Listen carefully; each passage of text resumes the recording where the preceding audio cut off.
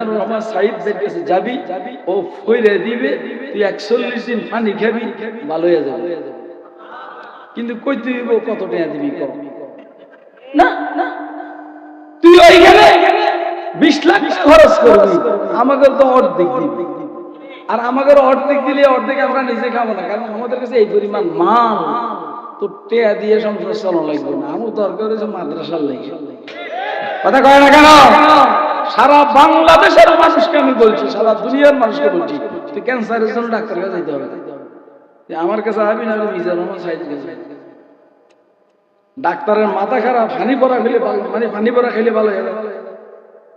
পানি আর আসেই আছে, পানিটা আনছে, আনার পর এটারে লেবেটে দিছে পরীক্ষা করার জন্য।